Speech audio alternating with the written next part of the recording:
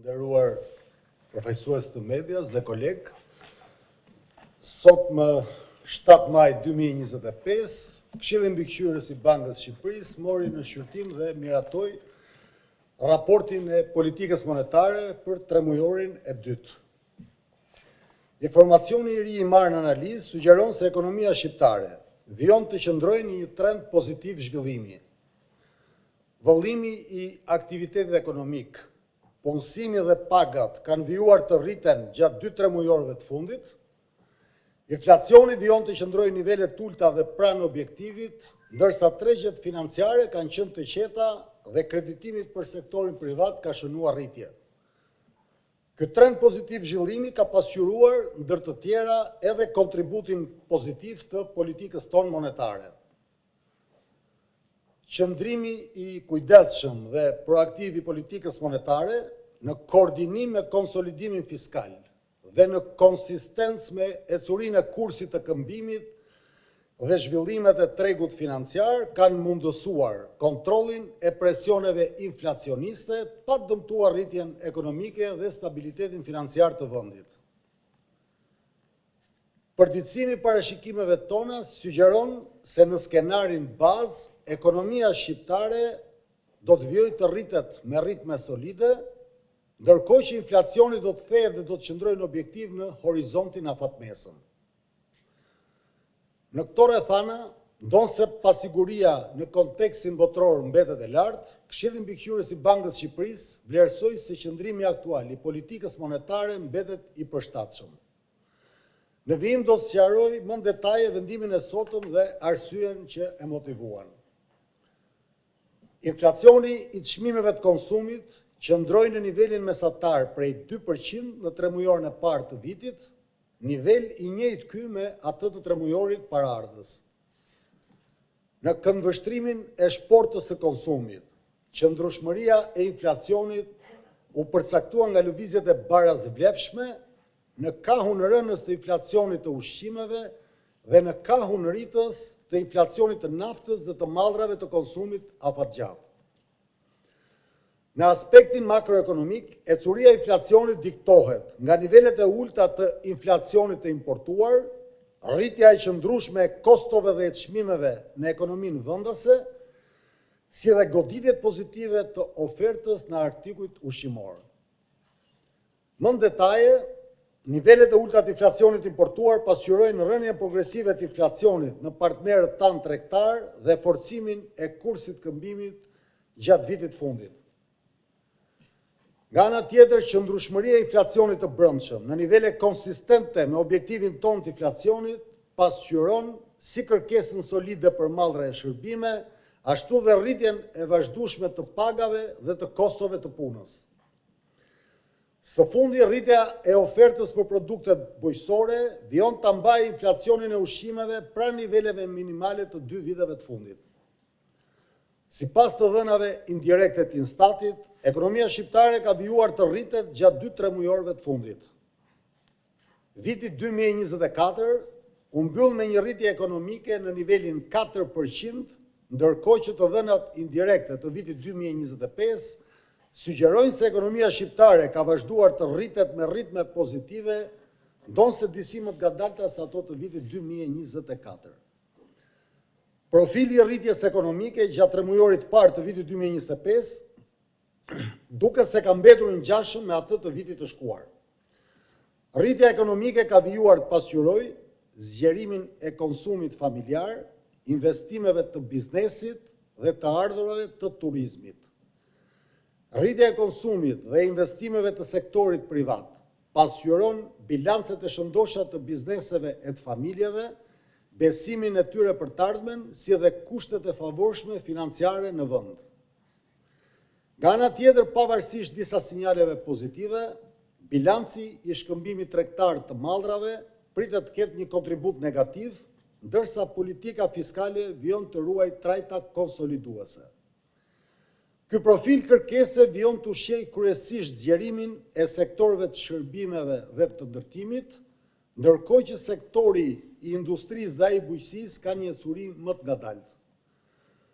Kërkesa relativisht e lartë për mallra e shërbime vijon ta mbajë ekonominë në një fazë pozitive të ciklit të biznesit. Kjo ecuri pasqyrohet në një treg pune të karakterizuar nga punësim në rritje, normë papunësie pranë niveleve minimale historike dhe rritje të shpejtë të pagave në sektorin privat.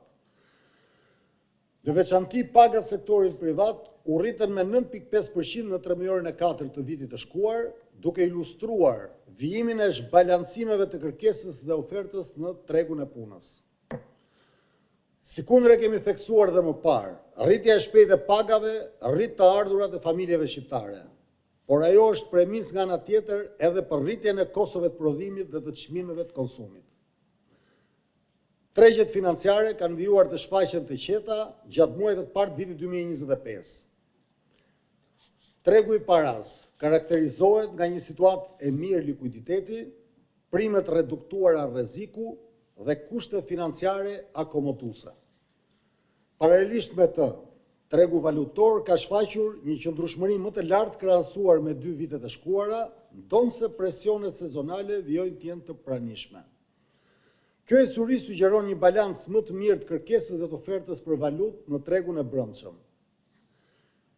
Ky stabilitet monetar pasqyron politikën e kujdesshme monetare të ndjekur nga Banka e Shqipërisë. Reagimi konsistent dhe proaktiv i saj ndaj zhvillimeve ekonomike dhe monetare të 3 viteve të fundit ka mundësuar absorbimin e goditjes së çmimeve nga tregjet ndërkombëtare, kontrollin e inflacionit dhe ruajtjen e stabilitetit monetar të ekonomisë shqiptare. Gjithashtu politika jonë monetare ka mundësuar një ambient financiar stimulues dhe është pasqyruar në rritje të shpejtë të kreditimit. Portofoli kredis për sektorin privat shënoi një rritje prej 16.7% në tremëjorin e parë të këtij viti. Rritja e kredis vijon të ketë një bazë të gjerë dhe diversifikim të lartë në përdorim, ku spikat rritja e shpejtë e kredis për investime.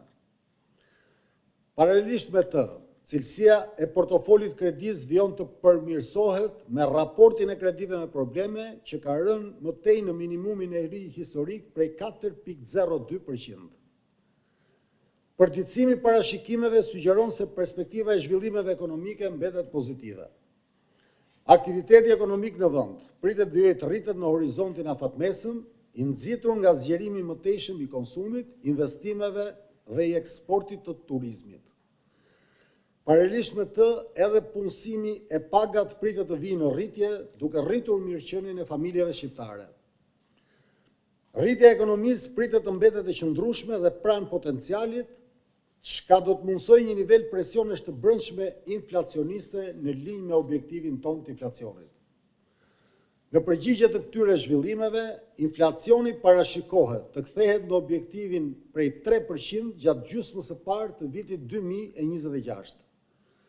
Kjo ecuri do të ndihmohet nga stabilizimi i çmimeve në tregjet ndërkombëtare dhe nga një ecuri më e qëndrueshme e kursit këmbimit. Nga ana tjetër, presionet e brendshme pritet të mbeten të qëndrueshme si pasojë e rritjes së shëndetshme të ekonomisë dhe pritjeve të ankoruara për inflacionin. Balanca e rreziqeve për të ardhmen paraqitet neutrale për momentin. Megjithatë, pasiguritë rreth parashikimeve ekonomike janë rritur, kryesisht për shkak të zhvillimeve në ambientin e huaj. Vazhdimi i tensioneve gjeopolitike dhe pasiguria në lidhje me politika tregtare dhe ekonomike mund të ketë implikime të rëndësishme për ekonominë globale në përgjithësi dhe atë europiane në veçanti. Në veçanti, shkalla dhe intensiteti i materializimit të tarifave dhe barierave tregtare mund të gjenerojë goditje me natyrë komplekse oferte dhe kërkese, të cilat mund të kenë një ndikim potencial negativ si në rritjen ekonomike, ashtu edhe në inflacion. Bazuar në sa më sipër, Këshilli Mbikëqyrës i Bankës së Shqipërisë vendosi të mbajë të pandryshuar normën bazë të interesit në nivelin prej 2.75%, gjithashtu të mbajë të pandryshuar normën e interesit të depozitës në një ditore në nivelin e 1.75% dhe të mbajë të pandryshuar normën e interesit të kredisë një ditore në nivelin e 3.75%. Këshilli Mbikëqyrës i Bankës së Shqipërisë gjykon se qëndrimi aktual i politikës monetare mbetet i përshtatshëm për përmbushjen e objektivit tonë stabilitetit të çmimeve në të ardhmen. Gjithashtu Këshilli Mbikëqyrës vren se balanca e përgjithshme e presioneve afasmesme po afrohet gradualisht drejt objektivit tonë të inflacionit. Në këtë kontekst, vendimet e ardhshme të politikës monetare do të vijojnë të kushtëzohen nga informacioni i ri dhe në veçanti nga analizat dhe vlerësimet mbi ecurinë e presioneve të brendshme inflacioniste. Këto vendime do të jenë gjithnjë në përputhje me objektivin tonë stabilitetit çmimeve, pra të inflacionit, konsistente me kahun e politikës fiskale dhe ecurinë e kursit këmbimit në vend, si edhe me zhvillimet potenciale në tregjet ndërkombëtare dhe partnerët tanë të huaj tregtar. Ju falenderit. Kjo është deklarata e Këshillit Mbikëqyrës pas mbledhjes sotme të analizës politikës monetare. Ka pyetje? Po. Përshëndetje, kemi një pyetje nga gazetarët e ekonomisë. Cilat janë masat e fondit që përmet Banka e Shqipërisë në kuadrin e kontrollit për kreditimin në tregun e real estate? Çfarë ndikimi pritet të kenë? Faleminderit. Atëherë, për te analizës politikës monetare, në mbledhjen e sotme, Këshilli Mbikëqyrës i Bankës Shqipërisë mori dhe disa masa lidhur me kreditimin në tregun e pasurive të patundshme, kryesisht për individët. Banka e Shqipërisë në vijimësi i është adresuar kreditimit, situatës së rrisjeve dhe analizës së tregut, veçanërisht në tregun e pasurive të patundshme, dhe në këtë kontekst masat që Këshilli Mbikëqyrës i Bankës së Shqipërisë mori në mbledhjen e sotme kishin të bënin kryesisht me vendosjen e një tavani lidhur me huan, me kredin, në raport me vlerën e banesës, pronës, pra të kolateralit, dhe gjithashtu dhe një tavan lidhur me raportin midis këstit të kredis dhe të ardhurave të kredimarrësit. Po ashtu dhe një kufizim kohor lidhur me afatin e huas, kryesisht për individët huamarës të cilët arrin moshën e pensionit. Më konkretisht, këto tavane janë maksimumi i huas në raport me vlerën e kolateralit për monedhën lek do të jetë 85%, për shtëpinë e parë dhe 80% për shtëpinë e dytë ose për shtëpitë e dhëna me qira për monedhën lek. Kjo vlerë do të jetë 75% dhe 70%, 75% për shtëpinë e parë dhe 70% për shtëpinë e dytë ose ato të dhënë me qira lidhur me monedhën në valutë të huaj për të shmangur riskun e kursit këmbimit. Po kështu kërsti ndaj të ardhurave si raport do të jetë në nivelin 40%, pra 40% do të jetë vlera e këstit ndaj të ardhurave për monedhën lek, dhe 35% për monedhën në valutë huaj. Kjo është për shtëpinë e parë, për lekun do të jetë 35% raporti këstit me të ardhurat, kurse për monedhën në valutë huaj do të jetë 30% për shtëpinë e dytë ose ato të dhëna me qira. Këto janë disa tavane, duhet kuptojmë, janë disa masa për të standardizuar, masa makroprudenciale që merr Banka e Shqipërisë për bankat e nivelit 2 në aktivitetin kreditdhënës, për të kryer një standardizim në të gjithë filozofinë e kreditdhënies në këtë segment për individët, por duhet kemi parasysh që vetë bankat në aktivitetin e tyre kreditdhënës, limitet e tyre pra tavanet i kanë edhe më të ulta se këto norma. Pra përgjithsisht po t'i referohemi, po t'i adresohemi aktivitetit kreditdhënës nga bankat tregtare lidhur me kredit për pasurit patundshme, përgjithsisht në mesatare raporti i këstit i kredis me kolateralin është në nivelin 70%. Pra Banka e Shqipërisë ka vënë një tavan maksimal, i cili përfshin pak a shumë aktivitetin kreditdhënës.